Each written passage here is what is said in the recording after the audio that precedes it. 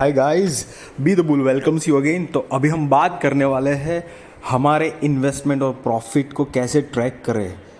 Track करते रहना ही चाहिए, वेल्थ डिस्ट्रॉय ना हो जाए शायद। सारी बातें करेंगे। Please do like share subscribe my channel. अपने दोस्तों के साथ शेयर कीजिए, फैमिली के साथ शेयर कीजिए। और अगर आप ऐसी इन्फॉर्मेटिव और नॉलेजेबल वीडियोस देखना चाहते हो ताकि आपकी इन्वेस्टमेंट की जर्नी और भी बेहतरीन हो पाए, तो प्लीज़ बेल का बटन हिट कर दीजिए ताकि आपको मेरी रेगुलर वीडियोस मिलती रहे। और इसी तरह आपके फ्रेंड्स को सबको प्रमोट कीजिए मेरी चैनल, ताकि वो भी इसका लाभ उठा पाए। तो अभी ये जो हम शेयर जो देख रहे हैं, McLeod Russel India Limited, share की करंट प्राइस 27.5 रुपये है। वो सब तो ठीक है, वैसे भी वेल्थ डिस्ट्रॉय कर ही दी है इसने। ऐसे स्टॉक से डेफिनेटली गाइस दूर रहना चाहिए, दूर रहना चाहिए। लेकिन पॉइंट ये है जो हम देखने वाले हैं, सीखने वाले हैं। 2005 जुलाई 29 जुलाई 2005 से लेके फरवरी 2013 तक के आसपास के टाइम में आप देखेंगे कि कंपनी ने तो तब तक तो रिटर्न दिया ही है। करीब 617 करोड़ के 617% के आसपास का कंपनी ने रिटर्न दिया हुआ है। अब अकॉर्डिंग टू दैट हमको तो यही लगेगा कि हाँ, ये कंपनी अच्छा कर रही है, बराबर कर रही है। लेकिन नहीं, कंपनी का लाइन चार्ट देखिए, कंपनी की total complete wealth destroyer company है। और ये जो मैंने बताया है ना कि ये जो 2005 से 13 तक में इतना रिटर्न दिया है, लेकिन तो ट्रैक कैसे करते रहे हमारे इन्वेस्टमेंट और प्रॉफिट को कि लॉस होने से बचे, हमारा इन्वेस्टमेंट जो है वो हमको लॉस ना करवा दे। ये सारी बातें हम देखने वाले हैं। ये पहला स्टॉक है, उसके ऊपर ध्यान देना ही है। लेकिन एक अगले नेक्स्ट स्टॉक को हम एग्जाम्पल के लिए लेंगे और क्या क्या चीज़ हमको वहाँ पर नोटिस करनी है। मेन जो है वो पीएनएल के अंदर है या प्रमोटर्स की होल्डिंग में है, कोई भी चीज़ है, सारी बात हम अच्छे से ध्यान से देखने वाले हैं। ये जो फंडा मैंने आपको बताया है इतने टाइम तक अच्छा रहा है, लेकिन उसके बाद गाइज 90% से भी ज़्यादा की गिरावट हुई है। नेक्स्ट स्टॉक में हम सारा का सारा समझते हैं कि हमें कहाँ कहाँ ध्यान रखना चाहिए। ये जो है गाइस दूसरी कंपनी है सद्भाव इंजीनियरिंग, एक एग्जाम्पल के तौर पे है। हालांकि कंपनी ने पैसे डिस्ट्रॉय कर ही दिए। देखिए ऑल टाइम भी 58% से भी ज़्यादा है, मतलब 2006 से चली ही आ रही है। लेकिन देखने वाली बात यह है कि ये हमेशा ऐसी नहीं थी। 2006 से 18 तक इसका जो ग्राफ है वो ऊपर का ही था। इनफैक्ट 1152% का रिटर्न तक दिया है कंपनी ने।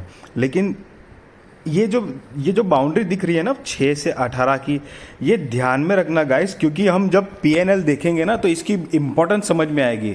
6 से 18 और 18 के बाद, ताकि बिजनेस के हिसाब से मूवमेंट क्या है, क्या चीज़ देखनी है, क्या समझना है हमको, फ्लक्चुएशन क्या है, सारी चीज़ मतलब कौन से पॉइंट ध्यान में रखने वो देखेंगे। देखिए अभी 2014 से 18 पहले लेते हैं क्योंकि वो 6 से 18 था।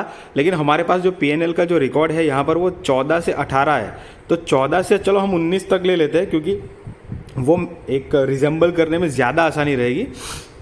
तो 2014 से लेके पहले तो 2700 करोड़ के आसपास थी, जो कि ट्रेलिंग 12 मंथ्स की तो 2100 जैसी हो गई है, तो वो कम ही हो गई है। अब देखिए 2014 से 18 तक में बढ़ोतरी थी, इनफैक्ट 19 तक में बढ़ोतरी थी सेल्स में। उसके बाद जो ग्रेजुअली डिक्रीज हुआ है वो कंटिन्यूअस कंपनी का सेल्स डिग्रेड ही हुआ है। और साथ ही साथ नीचे एक्सपेंस इसमें देखिए, पिछले 4 साल में कंपनी के सेल के मुताबिक एक्सपेंस जो है वो वहीं के वहीं बढ़ते ही जा रहे हैं, वो रुकने के नाम नहीं ले रहे हैं। और कंपनी ने खास उस हिसाब से किया भी नहीं है। और उसकी सबसे बड़ी प्रॉब्लम है उसका जो इंटरेस्ट और डेप्रिसिएशन जो है वो। गाइस पहले हमने देखा कि सेल जो थी ना, वो सेल पहले थोड़ी रेगुलर ग्रोथ में बढ़ रही थी। अब कंपनी का उसके बाद जो है वो डाउनफॉल आया। वो भी हमने पॉइंट टू बी नोटेड कि कंपनी की सेल जो है वो हो रही है, लेकिन झटका कहाँ पे लग रहा है गाइस? बोरोइंग्स के ऊपर। ये जो इंटरेस्ट दिख रहा है ना आपको, 450, 600, फिर 1100,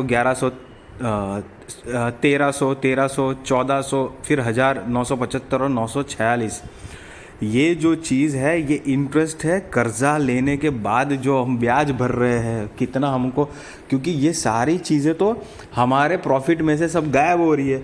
अब देखो कंपनी की जो सेल्स है उसके अकॉर्डिंग इंटरेस्ट ही इतना दे रहा है, ऊपर से एक्सपेंस भी बढ़ रहे हैं। तो मिला जुला के नीचे नेट प्रॉफिट जब आप देखेंगे तो तकरीबन सब माइनस माइनस माइनस जैसा ही दिख रहा है, और स्टिल ट्रेलिंग 12 मंथ्स भी -1094 है, और शुरुआत देखेंगे तो -30 करोड़ ही था। लेकिन कंपनी ने सम हाउ मैनेज करके रखा था, और वो वॉलेटिलिटी हम डेफिनेटली देख ही सकते थे शेयर में। तो ये कुछ ऐसी चीज़ें हैं जो पॉइंट नोट करने वाली है।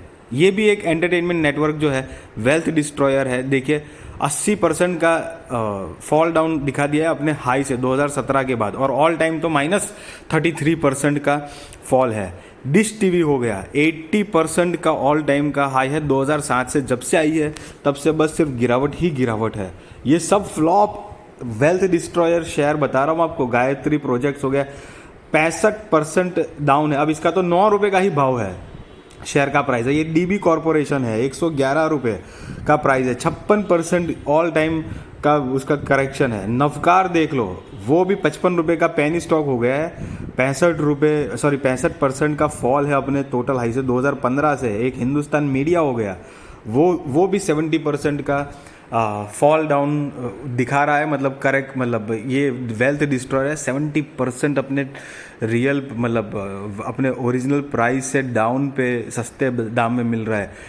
अब सबसे बड़ा एग्जांपल हमारे सामने रिलायंस इंफ्रा, अनिल अंबानी जी ग्रुप की जो कंपनी है रिलायंस इंफ्रा, इससे बड़ा एग्जांपल हो ही नहीं सकता। ये जो मैंने पिछले हमने जो इतनी सारी कंपनीज देखी ना, वो कभी ना कभी एक mid cap small cap type की तो थी, अब तो उससे भी कचरा बन चुकी है।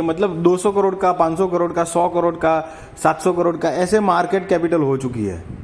तो वेल्थ डिस्ट्रॉय कर कर कर करके ये सारी चीज़ें हुई है। और उसके जिम्मेदार कौन था? जो मेजरली हमने जो पॉइंट नोटिस किया कि कंपनी की सेल में थोड़ी बढ़ोतरी थी, लेकिन नीचे नेट प्रॉफिट जो थी, एक एग्जांपल के थ्रू जो हमने देखा, नीचे नेट प्रॉफिट सारा का सारा माइनस में था। वो क्यों था?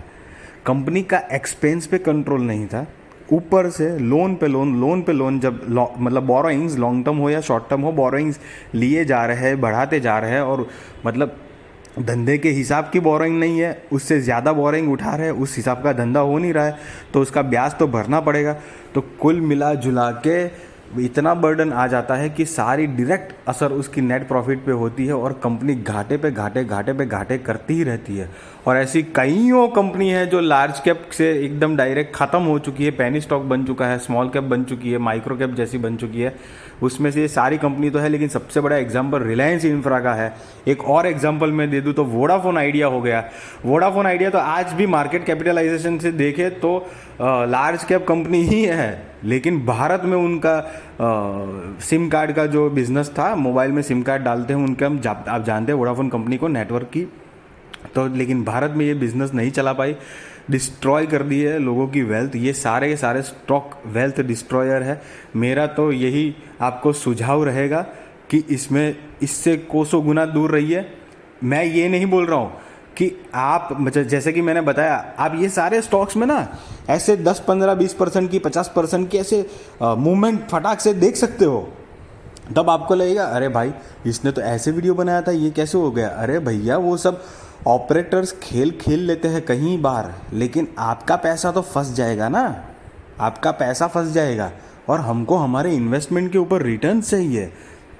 तो कभी भी आप इन्वेस्टमेंट करो, कंपनी अच्छी है बुरी है वो सब बात अपनी जगह पर है, लेकिन उनके quarterly results, yearly result, borrowings जो है, उनके रिजर्व्स और असेट किस तरह से मैनेज हो रहे, ये पैरामीटर्स देखते ही रहना चाहिए। इसीलिए मैं आपके लिए ये वीडियोस बनाते रहता हूँ। ये जो मैं बार बार बोलता रहता हूँ कि आप इसके ऊपर ध्यान दीजिए, फोकस करिए। तो इसलिए कि ना कोई सिर्फ नाम बताने के लिए, देखिए नाम जानने में कोई मतलब नहीं है। आप जब तक ये समझोगी नहीं कि business is ultimate in the matter of investment journey, वो सबसे बेस्ट है। बिजनेस नहीं है तो कोई भी कंपनी ख़त्म हो ही जाएगी, आज नहीं कल, 5-10 साल जब भी होनी हो। तो ये पॉइंट प्लीज़ नोटिस करना। मैं यहाँ पे कोई ऐसे बोल के बाय और सेल रिकमेंडेशन नहीं दे रहा हूँ गाइज, वो अपनी रिसर्च, रिस्क और फाइनेंशियल एडवाइज़र को पूछकर ही करना। ये एक ऐसी इन्फॉर्मेशन और नॉलेजेबल वीडियो है जो आपकी फाइनेंशियल जर्नी को कॉन्फिडेंट दे पाए, आप ये सब स्टॉक से बच पाए, आपको लगे कि हाँ ये कुछ पैरामीटर्स देखने होते हैं। इनमें से कईयों में तो देखोगे ना तो प्रमोटर खुद गायब हो चुके हैं भैया, ये भी एक पॉइंट होता है देखने का। तो ये सारे पॉइंट आप नोटिस करना, अच्छे से ध्यान से फिर से एक बार देखना ताकि आपको समझ में आए वीडियो। अगर मेरी वीडियो अच्छी लगी हो तो please do like share subscribe, अपने दोस्तों के साथ शेयर कीजिए, फैमिली के साथ शेयर कीजिए ताकि मुझे ऐसे मोटिवेट मिलती रहे आपके लिए और से और अच्छी वीडियो बनाने के लिए। Thank you so much.